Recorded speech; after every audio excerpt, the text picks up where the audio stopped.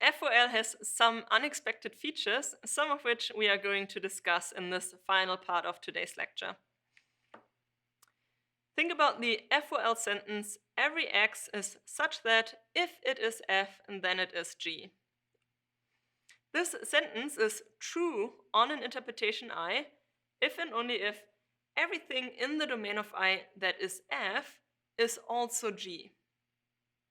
So put differently, for all x, if fx then gx is false only if there is an f that is not a g.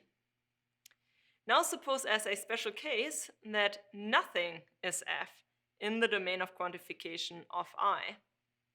Now in that case, it is vacuously true that all f's are g. We do not have a counterexample, we do not have an f that is not g, and so it is true that yes, every f is g. Now this may strike you as very puzzling. So consider this exchange. Claire says, all my dogs are poodles. Brock is puzzled and says, I didn't know you have any dogs. And Claire responds, well, I don't. That's why all my dogs are fluffy poodles. And Brock says, are you kidding me? So as this example illustrates, claiming that all your dogs are fluffy poodles when in fact you don't have any dogs sounds wrong. Now, this raises a problem for FOL. As we just saw, in FOL, the sentence, for all x, if fx then gx, is true when the relevant domain does not contain any f's. But in ordinary conversation, saying that all f's are g, for example, all my dogs are poodles, sounds wrong when there aren't any f's. So it looks like FOL does not do a good job at modeling English. Now, there is a solution to this puzzle. There is a defense of FOL that has to do with norms of conversation. Specifically, it has to do with so-called Gricean norms. Paul Grice was a philosopher who thought of conversations between people as a kind of cooperative exercise that is governed by norms. So we are pursuing a shared goal, namely we want to exchange information. And in order to be able to exchange information, our practice of conversation needs to be governed by certain norms that help us to make sense of what other people are saying. And Grice emphasized 4 such norms. The first norm is the maxim of quantity. Make your contribution exactly as informative as required. Meaning, when you say something, don't include irrelevant information, but also don't omit any information that may be important to your interlocutor.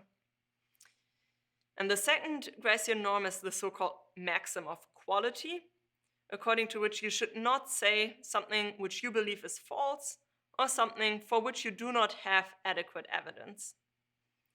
And then the third Gricean norm is the maxim of relevance, according to which you should say only things that are relevant, so don't digress. And then the final norm is the maxim of manner, according to which you should avoid obscurity and ambiguity and be brief and to the point. Now, Grice helps to solve our puzzle about FOL as follows. Compare the 2 utterances. 1, all my dogs are poodles, and 2, I don't have any dogs. Now, 1 is true in 2 possible situations, when I don't have any dogs and when I have dogs and they are poodles. Now, in contrast, 2 is true only when I don't have dogs. And in a situation when I have poodles, 2 is false. So that means that 2 is in a sense more informative than 1. 2 narrows down the situation in which I am more closely than 1 does. Now, what that means is that if I don't have any dogs, and you ask me in this situation about my dogs, The maximum of quantity requires that I say that I don't have any, because 2 is more informative than 1. And according to the maximum of quantity, I should include all the information that's relevant. Now, saying 1, all my dogs are poodles, in a situation where I don't have any dogs, sounds wrong, not because the truth conditional meaning of what I say is false, but because it violates the maximum of quantity. And that's how Grice helps us to solve the puzzle about FOL and helps to justify the way that we model English in FOL, even though some sentences that are true in FOL may sound wrong in ordinary conversation. Okay, what have we accomplished today? We have introduced a whole new formal language, FOL. And we have done that in 2 main steps. We have first talked about the syntax of FOL. In that context, we have discussed which symbols form part of FOL and how you can combine these symbols to form formulas and sentences. And then we have discussed the FOL semantics, and in that context, we have talked about interpretations and truth on an interpretation, or what it takes for an FOL sentence to be true on a given interpretation.